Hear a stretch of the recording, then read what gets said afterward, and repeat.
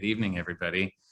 It's a beautiful, beautiful line from the psalm that we're going to look at tonight. Ashir Lashem ki gamal alai. I will sing, or as we know, I will sing. I will make poetry for the eternal.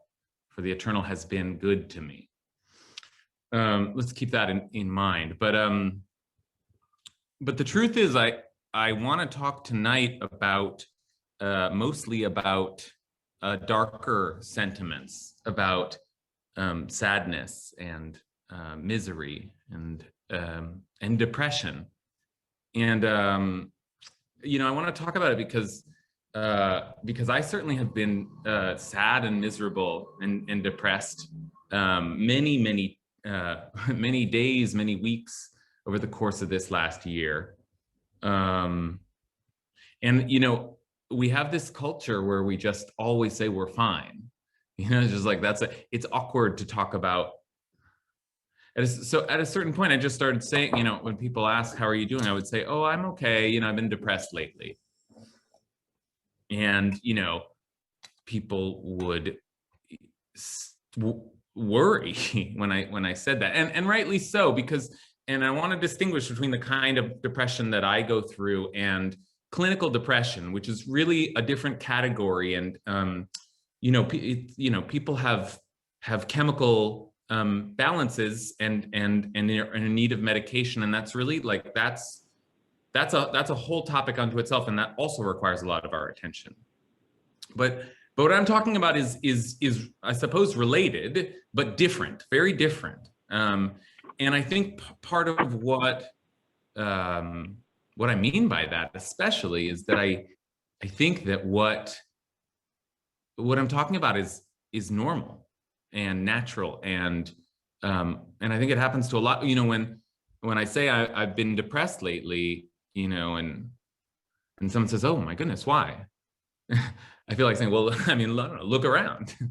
It's hard. It's been a hard year, but it's a hard life, and it's full of these times of sorrow, great sorrow sometimes, and the psalmist, to use that word, the psalmist knows that so well. King David, the many authors, whoever the author of the Psalms knows this soul heaviness so well. And so the last Psalm we looked at, last month, we looked at a Psalm that begins with Ashrei, happiness. And the psalmist knows that as well, and is striving for that. And, I think is striving for it all the more so because he knows this feeling, this not just sad doesn't do it justice. And there are many Psalms, if you start to move through the book, that really take us into that dark night of the soul. And I want to look at some of that tonight. I want to look at, I think, one of the most painful of the Psalms. And nevertheless, and this in some ways will be the big question of the night, or the big twist of the night, nevertheless, we will be getting to that line that we listened to at the outset, right? I sing to God because God has been good to me. That's the last line of a very short psalm, last line of a very short psalm that is mostly about some other feeling. So, in some ways, our big question of the night will be how does it end that way? Why does it end that way? Okay, so that's where we're headed. Let me just give you, before I here, I'll share a source sheet with y'all. Let me just give you a little bit of a sense of the tone, this thread that we're tracing through the Psalms, with some of the classic moments. I just want to give you a couple of classic moments of this real this anguish that the Psalms keep coming back to. Here's a favorite of mine. Just the imagery is so intense. Yagati ba'anchati, asche b'chol laila mitati, bidmati arsi amse. I'm weary with groaning. Every night I drench my bed. I melt my couch in tears. I melt my couch in tears. Okay, so there's one example. And then here, this is probably even more famous, and we have Jesus to thank for that, right? Because this line, Eli, Eli, lama azavtani, rachok miyeshuati, divrei sha'agati. My God, why have you abandoned me? Why so far from bringing my salvation and from my anguished roaring? My anguished roaring. Same language that they use for the lions. Why have you abandoned? What a statement from our religious text. And I say Jesus popularized it, right? Maybe you are familiar with this scene in the book of Matthew where Jesus, upon the crucifix cries out, Eli, Eli, lama, and I think the Aramaic, zabachthani, whatever it is. We'll leave that aside. But it's whatever that scene is doing, it's borrowing this feeling, this sentiment that is, first of all, describing the kind of crying that could drench the bed. And secondly, and this starts to take us into our conversation tonight, it's not just a sadness. It's a sadness that comes because God is so far away. Where are you? And why have you abandoned me? Right? That's heavy stuff. That's heavy stuff. And it's religious, but it's also just human. It's just this human feeling that the psalm is, that the number of the psalms is trying to get at, trying to describe. Is Marianka here tonight? Marianka sent me this great article. I mean, it wasn't that great, but it was an article, a guy just bashing the Psalms. And one of the things that he hates about the Psalms is that they're repetitive. Yeah, they talk about the same thing over and over. And I was like, well, but that's the beauty, like the returning again and again to these feelings, like trying to shape out this space in our hearts. Right? Like that's the glory of the Psalms. But okay, whatever. Everybody's allowed their own opinion. But we're going to look tonight. You had just a couple of examples there. We're going to look tonight at Psalm 13. And it's a 6-liner, and really the first line is just like Lamatzech mizmor leDavid, so it's just a 5-liner really. And yet in these 5 lines there is a real turbid emotional journey, and somehow that journey ends with I'll sing to God, for God has been good to me. All right, let's say a blessing. Let's thank Robert Shepard for sponsoring, still sponsoring our series in honor of Bob's birthday, and let's say a blessing over our learning tonight. Baruch atah Adonai Eloheinu melech haolam asher kidshanu b'mitzvotav v'tzivanu la'asok b'divrei Torah. All right, let's get into it. I think what we'll do is we'll read through it because there's no hiding, right? It's like so short. You're going to see it all there. But then we'll try and work word by word and line by line through this real kind of stunning testament to a certain kind of experience that I know I go through, and I think a lot of us go through. And I think that's why it's there. Okay, let's take a look. So here we are, Psalm 13. And it begins Lamnatzech mizmor leDavid, which is a standard opening for the conductor, a psalm of David.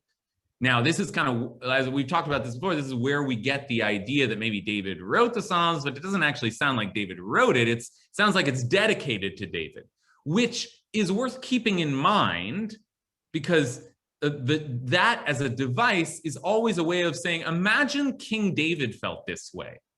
Imagine King David was dealing with these things.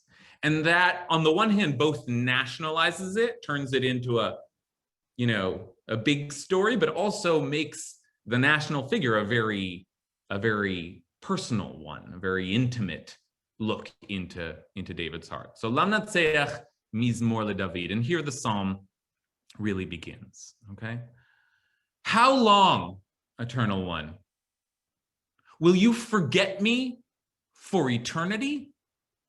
How long will you hide your face from me? Ad ana, Adonai, tishkacheni netzach, ad ana tastir et panecha mimeni. How long will I have schemes for myself with grief in my heart all day long? Ad ana ashit etzot benafshi, yagon bilvavi yomam. Ad ana yerum oivi elai. Look at me, answer me, eternal, my God. Bring light to my eyes, lest I sleep the sleep of death. Habita aneni Adonai Elohai, ha'ira einai penishan hamavet.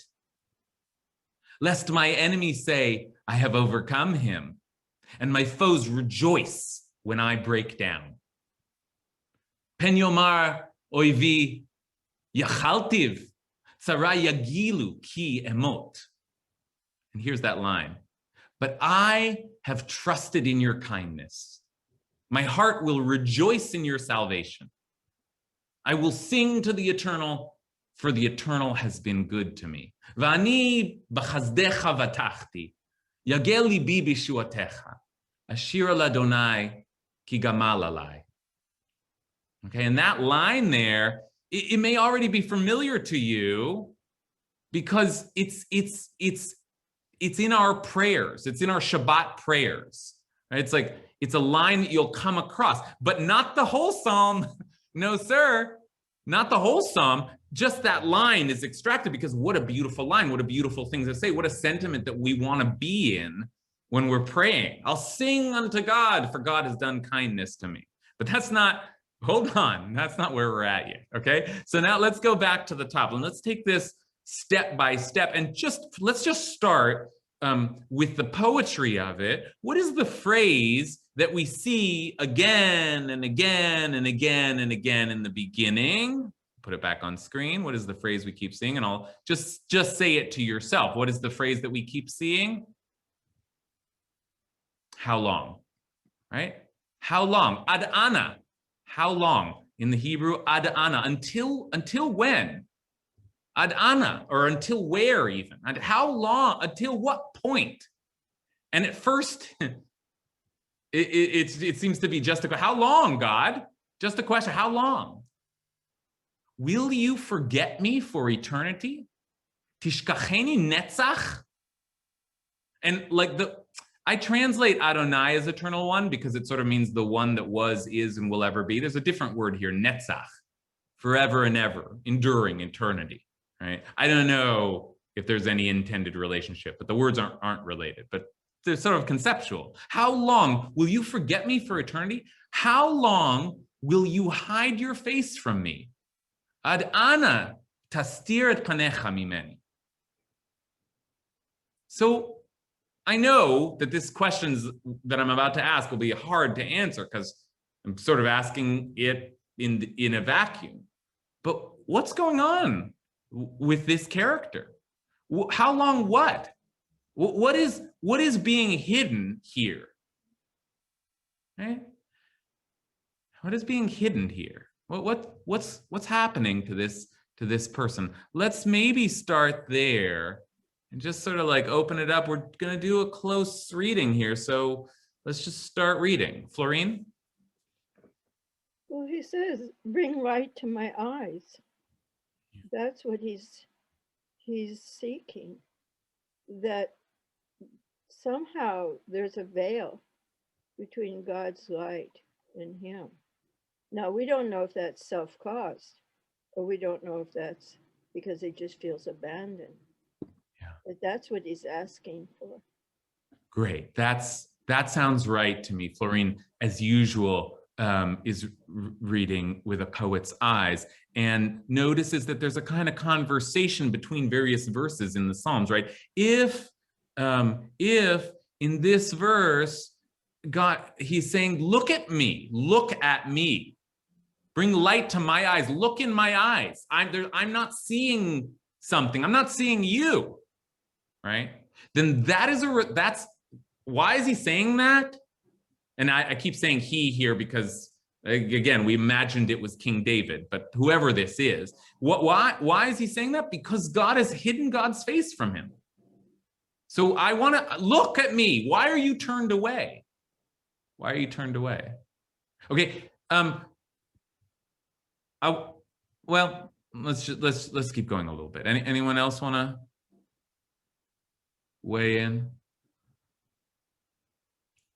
Okay. Then I'll come back. Lillian, is that you raising your hand? Yeah, Lillian, please. Hold on. I'm going to ask you to unmute. Hold on.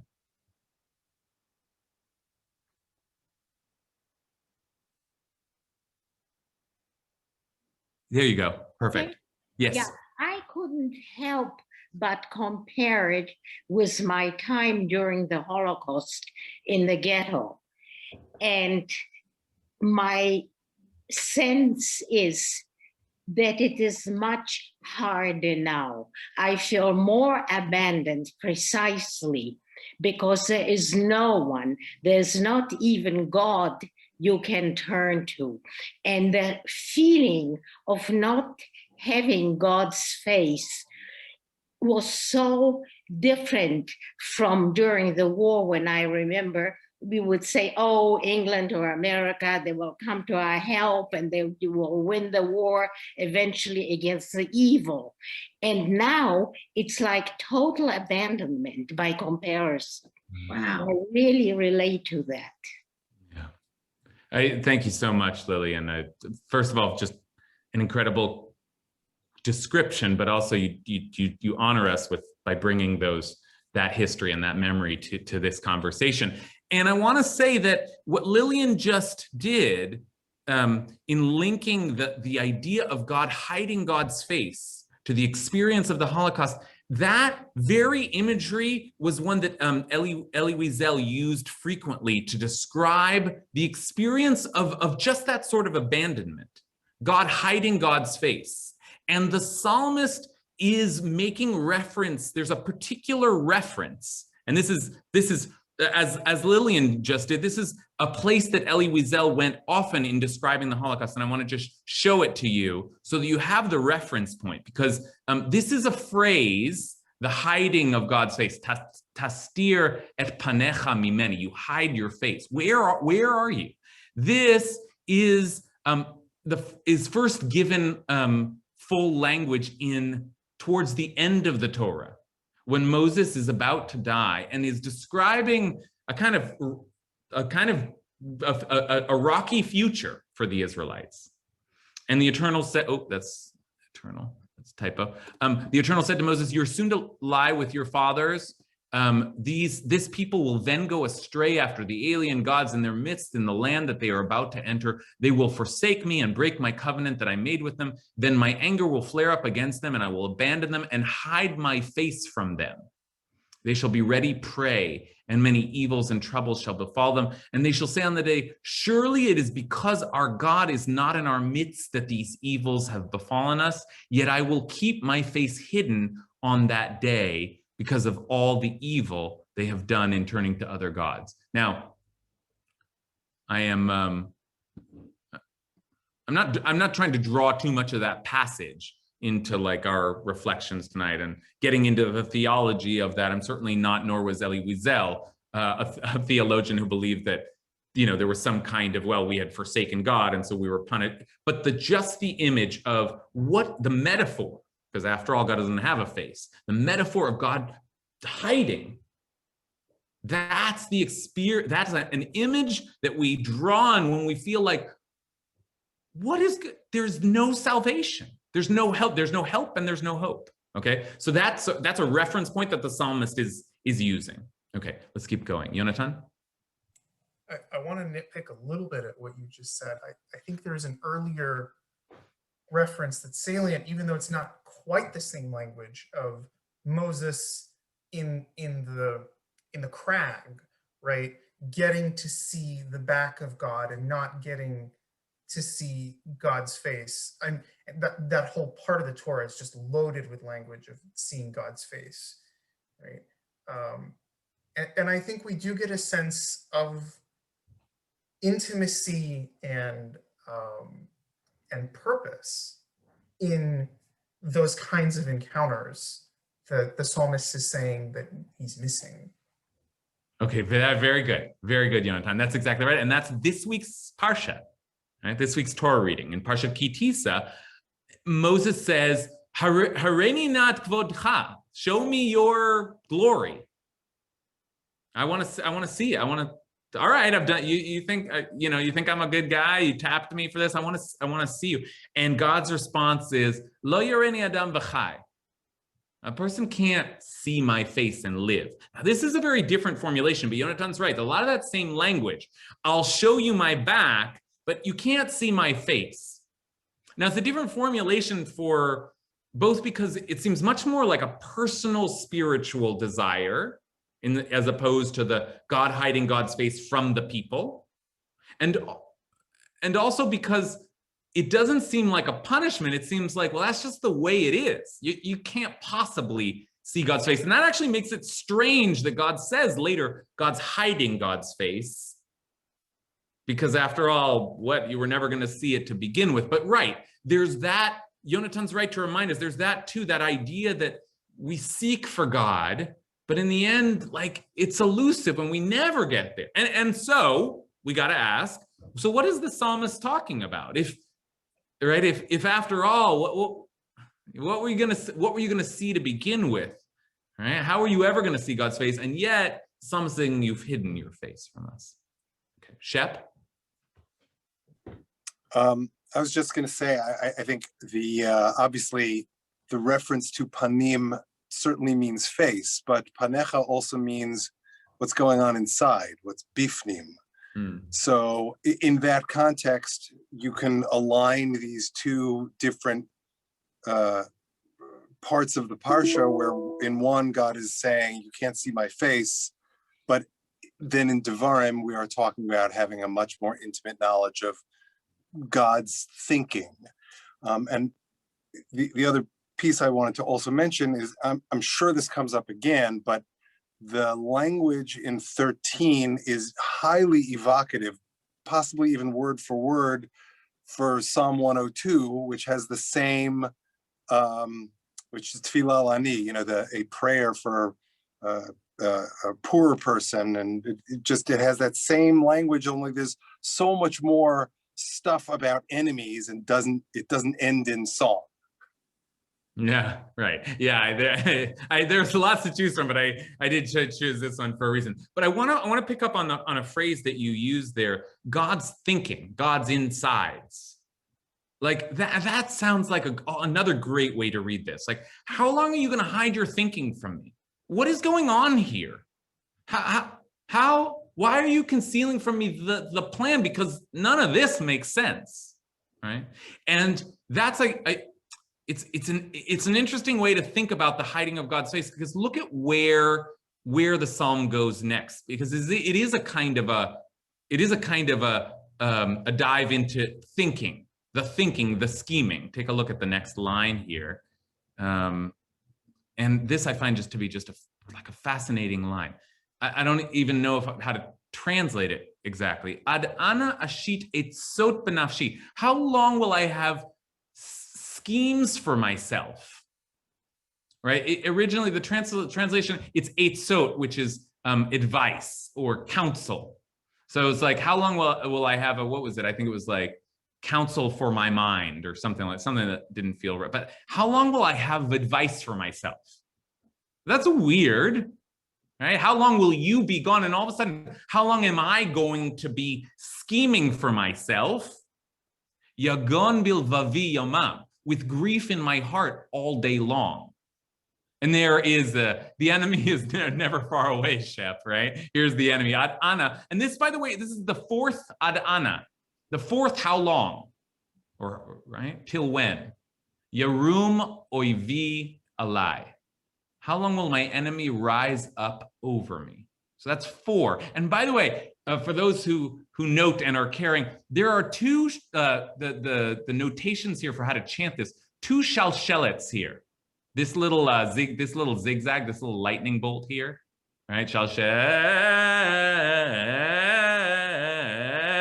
one of the most extravagant and drawn out of our tamim, and it appears in the Psalms more frequently than any other book, but there are 2 here in this one psalm.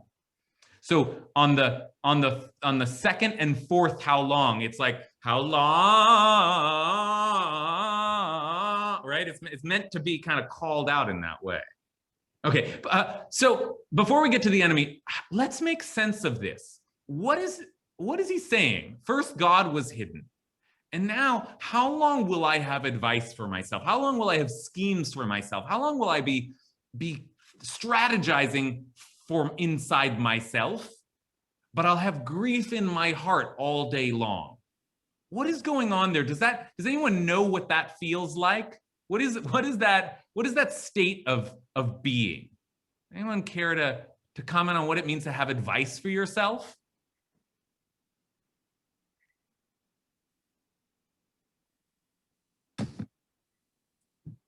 Trying to help yourself out of the situation, but not being able to do it. Yeah. And you're trying to do this, but within your grief, and it's very hard to get out of grief when you're in grief. Yeah. By yourself. Yeah. Very well put. Very well put. Sally?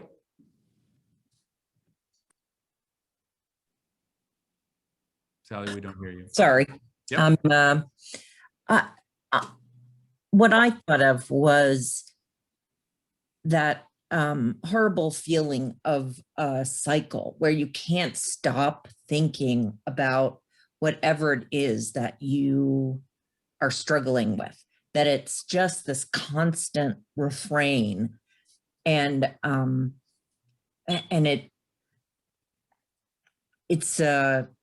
doesn't help, that feeling that you can't escape. So that's what I'm familiar with it as you describe it. So that's sort of that mind racing. I'm going to think my way out of this. There's got to be some solution. I'm going to, and it's just, I can't do it. I can't escape. And I'm just caught up more and more and more in my own anxiety, in my own strategy for myself. Leonard Cohen has this great line. I stopped, it's in the book of Longing, I think. I stopped and I stopped stopping. This too was a strategy, right? Like the strategies that we have for ourselves. This too was a strategy, and I think it says, and it would do me no good, or something like that. Leonard Cohen, a great poet, right? I mean, obviously, but also just poetry. Emil. You get this sense of like powerlessness and racing mind, and that he's the king and he still can't do anything about these, you get the sense of him like walking the corridors of the palace, right? And just sort of like not being able to find any peace or repose. I mean, I'm not a clinician, but it's like, he's always here or here, there's no, are there any Psalms where he's like, things are even, and it's like, I find it exhausting reading Psalms, because it's just like the pit of despair to like exaltation and then back again, and the enemy is always behind him, and it's like, I mean, it's, I don't know if you want to, I know he's not like a mad king in our tradition, but it's like, he really seems like someone who's very like self-absorbed in his, and I think, I don't know, we're all kind of cooped up inside and kind of pacing the hall. So, so it's easy to relate to now, but it's just like in ordinary life, sometimes it just seems very overwrought. It seems like extremely, like colloquially bipolar, like is between these two poles of like. Yeah, that's right. I think that's right, Emil. There's something, it's like, there is a kind of bipolar, and we have to be careful with these clinical terms. And frankly, I don't know, maybe the psalmist is describing a clinical depression, right? But that's not for us to diagnose, right? And But whatever it is, it's put out there as if we were to relate to it, right? So who knows what the line is there, but yeah, there is something very extreme and back, and I exult, and even in this psalm, where are we headed? We're heading to, I will sing to God, right? Like, where does that come from? But as I suggested earlier, I do think that these things are related, right? The way that poles are related to one another, right? That the psalmist is seeking joy because the psalmist knows that suffering so well, right? Yeah. All right, so that thinking in the mind and that grief in the heart, and there's just no escape. And then there is, and this, like, you know, Emil reminds us that we could be looking at this through the lens of King David. And I will tell you that the Midrash and Rashi does that as well, and imagines that the 4 how longs are the 4 exiles, right? It's like David is foreseeing the 4 exiles, right? It turns it into this whole national story. But I liked it better the way that Emil was describing it, that it's like, yeah, there is a national story out there, but this guy is just like in the palace, just losing it the way that some of us probably feel. I certainly feel like I'm in my little hut here, and I'm losing it sometimes. I'm losing it. Like, what, you know? So then the question becomes, who is my enemy? I mean, this is a question throughout the Psalms, and it's very easy to answer. David is worried about the Amalekites. But in this more personal kind of, it seems like it'd just be a person suffering. Who is the enemy? And that enemy will come back again. I've overcome him. My foes rejoice when I break down. I just want to think a little bit about who that figure is, the enemy, right? And it doesn't say my enemies, but my enemy, right? So who's my enemy? So that's something else to think about. I see Janet has a hand up. I was thinking how the angst of the psalmist is so relatable. You know, Natan Sharansky often would talk about his little book of Psalms that he had in the prison when he was a prisoner in the Soviet Union, and how reading those Psalms over and over were a comfort to him. But there's so much angst in it. So I often wondered, how was that a comfort to him?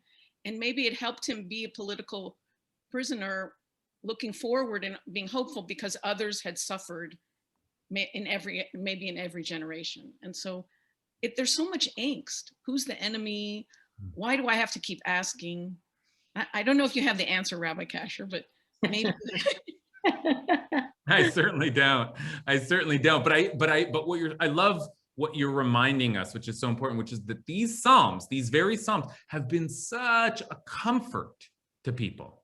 And Janet is asking us to think about something very important. Why is it that this agony, this kind of beautifully expressed agony, has been such a treasure in our tradition, that it's been such a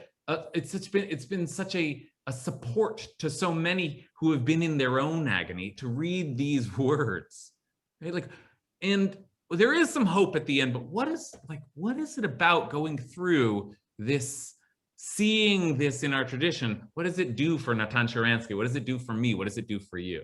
Right. So let's continue to ask that question. Matt Webster. Well, Roberto Duran, the best boxer maybe of the 20th century, was asked who was the toughest fighter he ever faced, and he said Roberto Duran. So I'm my own worst enemy. Yeah, there's a very old French proverb that says the enemy never sleeps. Enemies don't sleep. Depends how you translate it. Yeah, it's great. That's great. Thank you for that. That's the deeper reading there that I think is really worth considering. When the psalmist says, how long will I have schemes for myself, grief in my heart all day long? How long will my enemy rise up over me? Who is that enemy? And Matt asks us to consider that maybe it's me. How long will this part of me that keeps me racked in anxiety and suffering, How long will this force in me, right? The rabbis would speak about it as the Yetzer, right? The evil urge, but almost as a force outside of us that's trying to knock us down and trying to bring us down. And I don't know if you ever feel that way, but I feel that way sometimes, that the darkest forces in me, who is that even?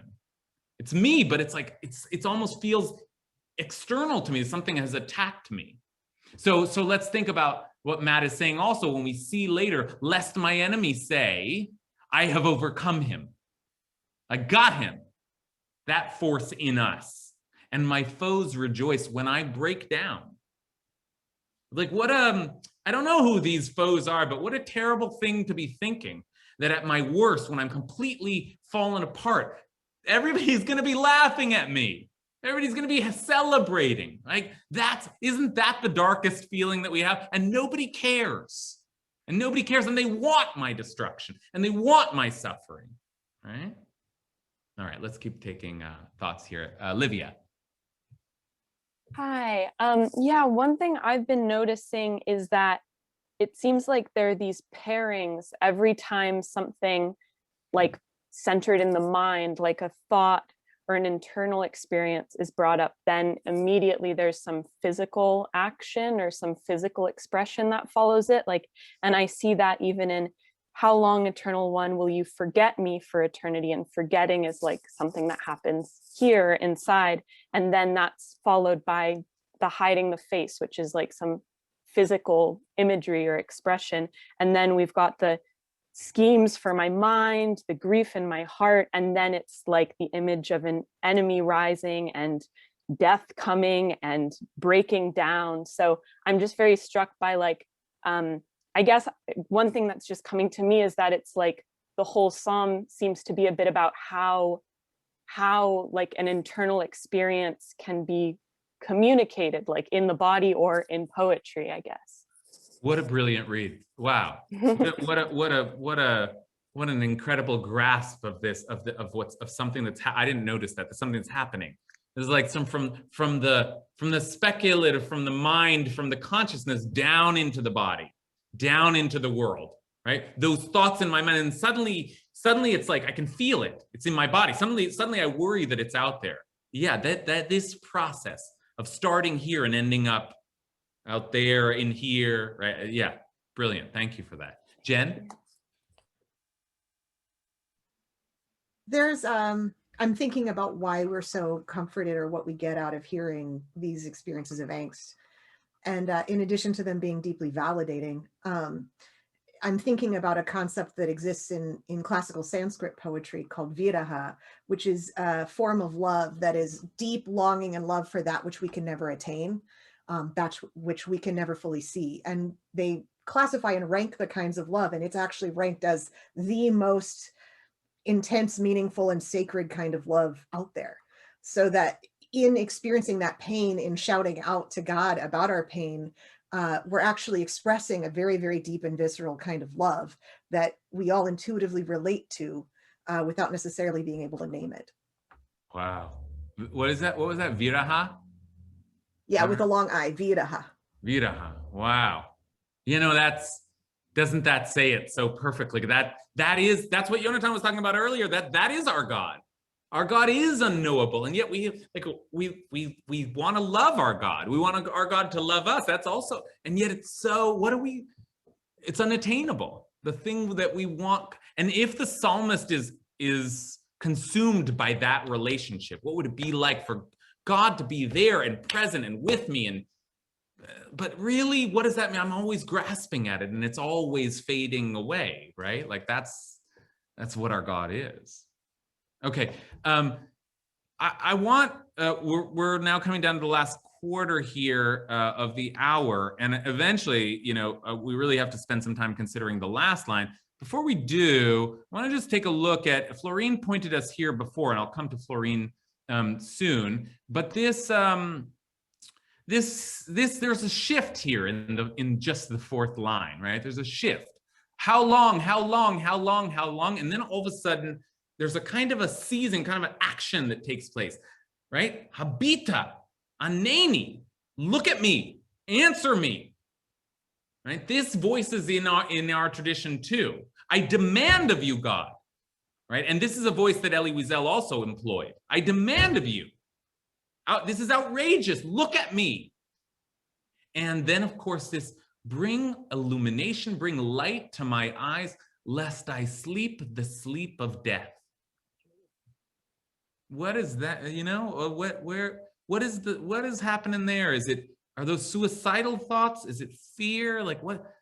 And what is the desire there? What are we calling on God to do? Look at me.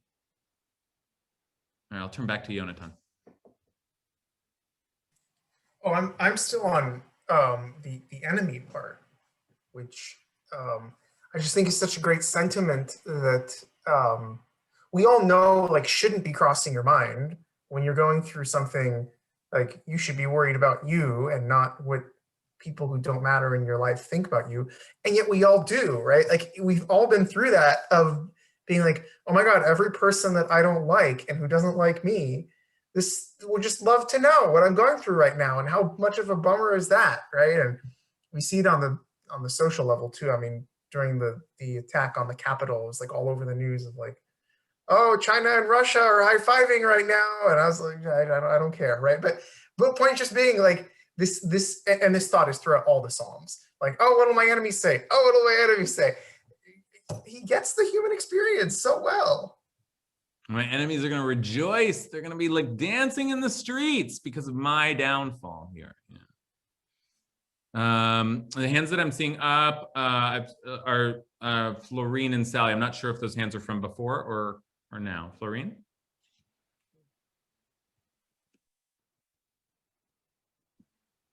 Oh boy. I don't read the Psalms from 1 to 150. That would be, like you say, a roller coaster. I would look at, and I am a great lover of the Psalms. And I think that for me, it's my soul speaking. My soul is yearning to be back in its home with the divine. It wants to be protected and safe. Yeah. And so if I start with that approach to each psalm, I can then process whatever is going on in my life and why I picked that particular psalm that day. And then in the end, I am writing to God. I love the way you said writing poetry for God, because in the end, that's what I'm doing. I'm writing a letter to God at the end of the process. And for me, that's the focus of a psalm. Thank you, Florine. All right, so we'll go there soon. But I also want to underscore a little bit what Florine said. There is one way of looking at this is that my soul yearns for God.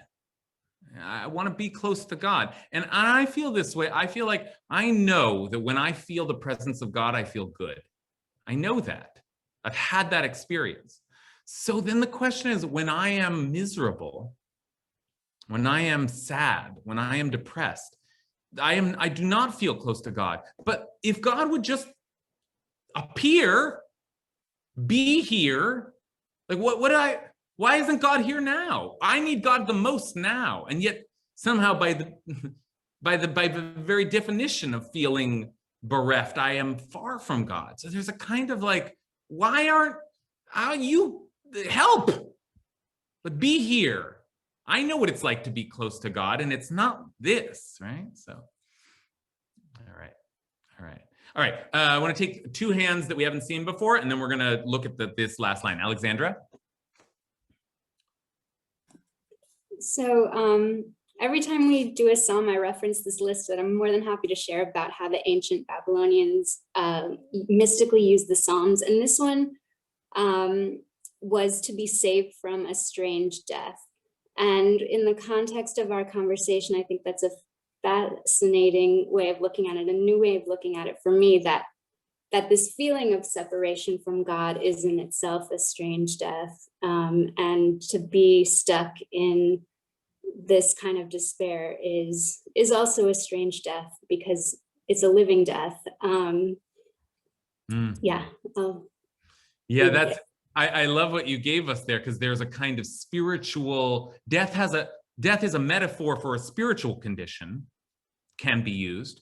But then again, if this is like the way you've linked it to like experience a strange death, this is also possibly someone who is suffering from something, sickness, who is on the verge of, that also is possible here. Help bring back my health, my vigor, or I'm gonna die here. And you can imagine someone on their deathbed also saying this psalm, right? So both the spirit, like the kind of spiritual death or even suicidal ideation, but also maybe actual death and strange death and the kind of death that maybe only God could save me from, right? Yeah, thank you for that. And Hannah? Yeah, I was just thinking about what you were saying about when you're in this darkness and you feel like, wait, but this is when I need you the most. Where are you? But I feel like it's such a chicken or the egg thing. Like, what comes first to get you closer to God? You move yourself somehow an inch out of that darkness and then you feel it again, or something externally shifts and then internally you can start to shift. Like, that's the trickiest part, I think, is what moves first, because you're so stuck and you feel like God is hidden from you and maybe even yourself is hidden from you. But how do you get back to it? And is it external or is it internal? And what does it look like to reacquaint yourself? Because most of us don't believe, I think, in a God that's going to just transcend from the heavens and show up and be like, okay, today's the day, like, get out of bed.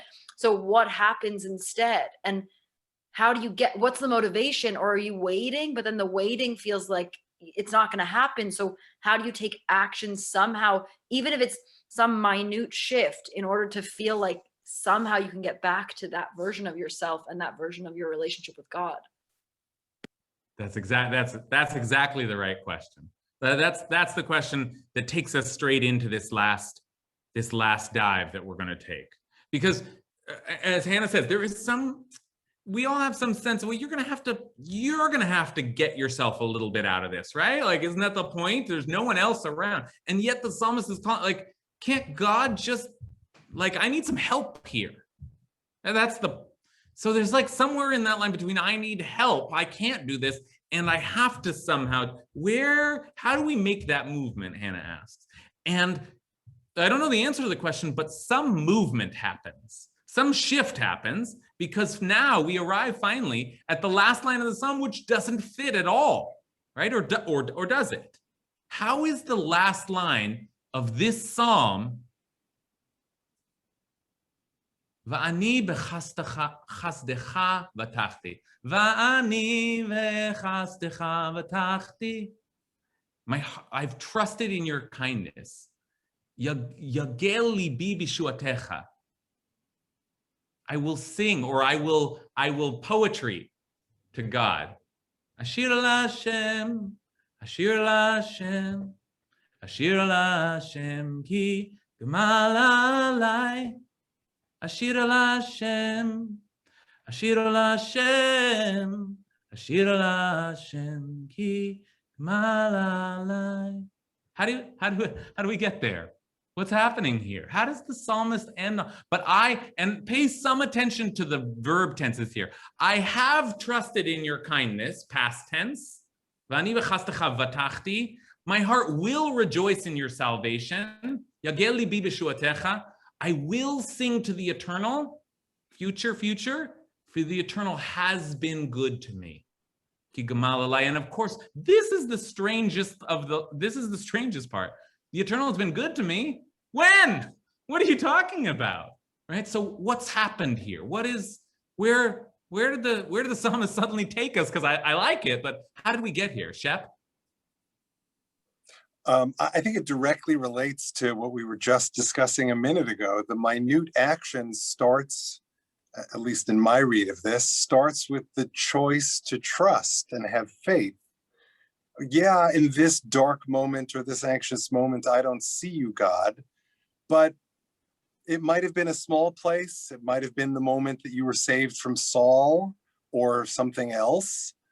But you saved me there. You've been my anchor. So I'm going to choose life. I'm going to choose to trust that that which our relationship was will continue to be despite my anxiety in this moment.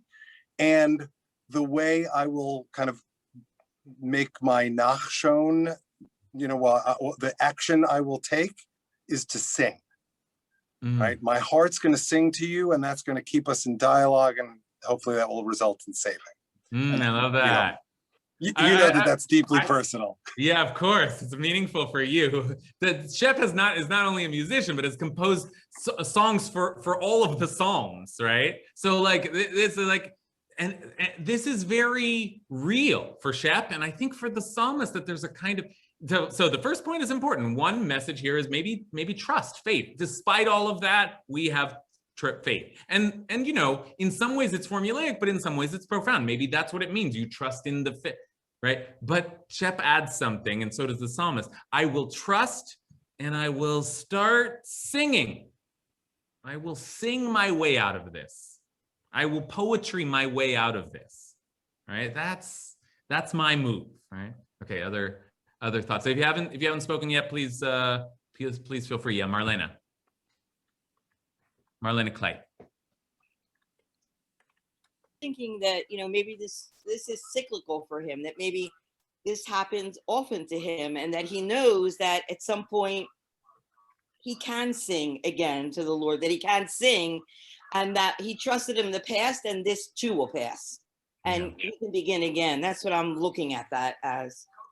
Yeah, great.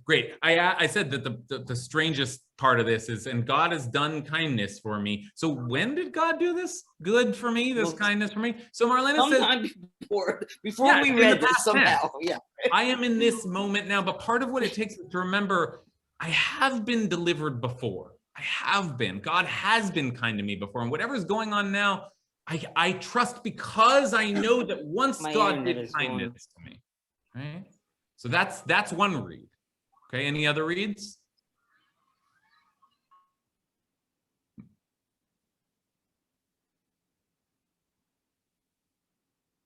Yeah, Alexandra.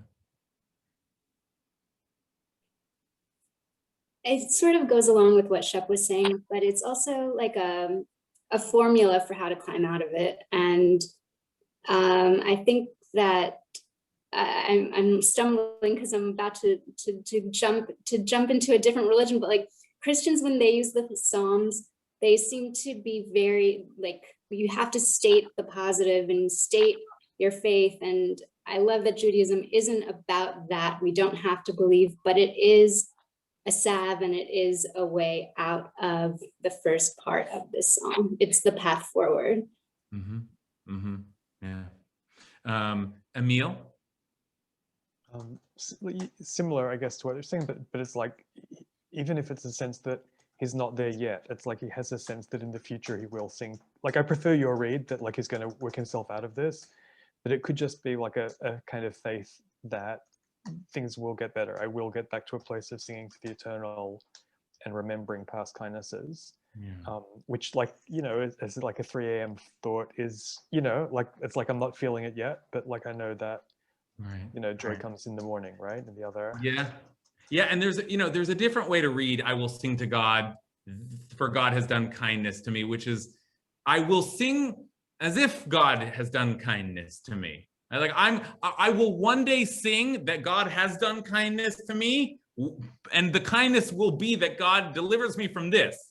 Like, just get me out of this, I'll sing a song about it, right? Like, I believe that this too will pass. This will be saved. All right, let's give the last thought to Bob, in whose merit we learn. Yeah, thank you, Rabbi.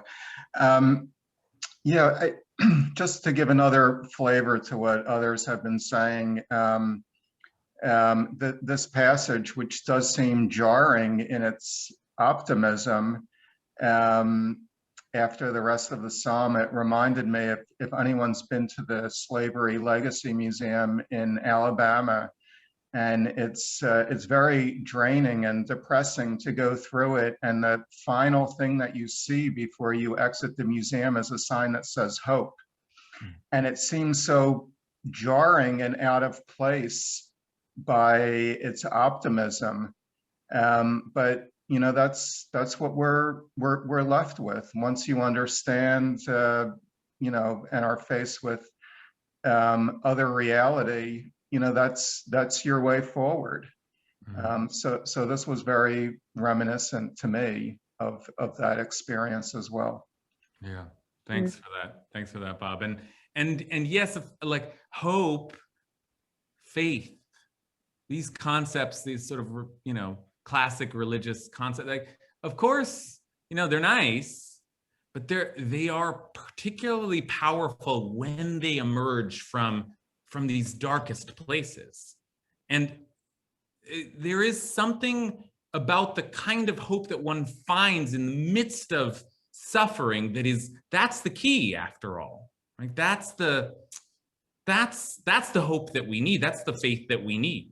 And so it strikes me that, you know, we use this last line of the psalm in our prayers. Ashir el Hashem, ki gamal alai. I will sing to God, for God has done kindness to me. But we don't sing the first part. We don't remember where it came from. It came from suffering, right? And from that suffering, we received something beautiful that inspires us every Shabbat, right? But that line emerged from somewhere. That line wasn't just like a happy day. That line was a salvation, right? I went through it, and I was racked by anxiety and sadness, and I felt alone and abandoned by God and just lost. Fashir ala Hashem, and I sang to God, and somehow that got me out of it. So may we keep singing, may we keep hoping that we're always moving, and in this dark period that we are hopefully emerging from, let's keep singing. Let's keep singing our way out of this. Good learning with you tonight. Thanks, everybody.